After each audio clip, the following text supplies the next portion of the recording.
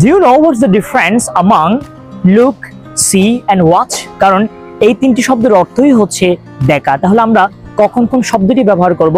So চলুন জেনে নিই সবাই। একদম প্রথমেই বলি লুক নিয়ে।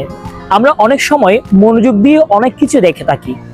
যেমন আপনি ভিডিও প্লে করেছেন, আপনি আমাকে দেখছেন, পাশে যদিও অনেক কিছু দেখা যাচ্ছে কিন্তু আপনার ফোকাসটা কিন্তু আমার দিকে বা আমার উপর। সো আপনি আমাকেই মনোযোগ দিয়ে দেখছেন, এক্ষেত্রে হবে লুক। অর্থাৎ আমরা মনোযোগ দিয়ে যেটা দেখি সেটার ক্ষেত্রে হবে লুক।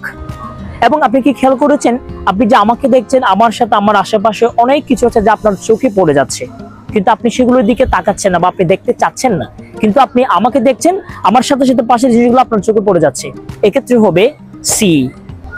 আর কি আছে ওয়াচ। আমরা অনেক সময় মুভি দেখি, ভিডিও গান শুনে থাকি। সো এই যে মুভি দেখার ক্ষেত্রে আমরা কি করি, আমরা দেখি, শুনি, আবার উপভোগ করি। যখন সিন আসে তখন আমরা হাসি, যখন কান্নার কোনো সিন আসে তখন আমরা কান্না করি, অর্থাৎ আমরা উপভোগ করি। এক্ষেত্রে আমরা ইউজ করব ওয়াচ। অর্থাৎ যেটা মনোযোগ দিয়ে দেখা সেটার ক্ষেত্রে হবে লুক, এবং লুকের সাথে সবসময় প্রেপোজিশন অ্যাট বসে, লুক অ্যাট হয়।